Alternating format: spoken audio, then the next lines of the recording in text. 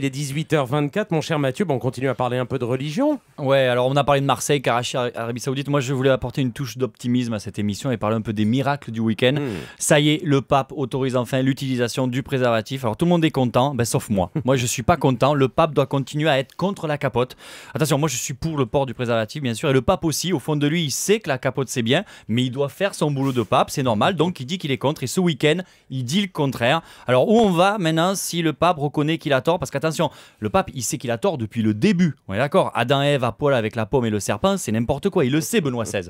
Il connaît les dinosaures, les grosses de Lascaux. Il a vu Jurassic Park, le mec. Mais il faut qu'il continue à être contre la capote. C'est son boulot. Sinon, c'est n'importe quoi. Parce que ça veut dire que s'il est pour les préservatifs, il est pour tous les préservatifs, attention. C'est-à-dire les préservatifs à la banane, à la fraise, au kiwi, avec un eau vibrant, à effet retardateur. Non mais ça me choque, moi. Dans un an, il va faire quoi, Benoît XVI? Il fera une circulaire sur les bienfaits du bondage et dans 2 ans, il va canoniser Rocco Siffredi? Non, c'est pas possible.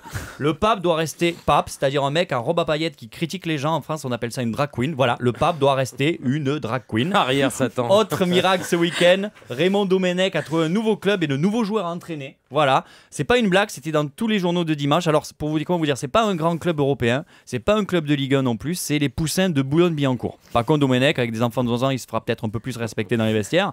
Alors dans le journal du dimanche, on peut lire, je cite: Domenech est arrivé au stade Maurice Hubert de Rueil-Malmaison à 14h, foulard belge au cou, pull marron, jean et basket. Donc c'est un message déguisé pour tous ceux qui voulaient péter la gueule de Domenech. Le JDD vous dit où le trouver tous les dimanches et comment le repérer. La semaine prochaine, le JDD vous donnera peut-être son digicode et son adresse.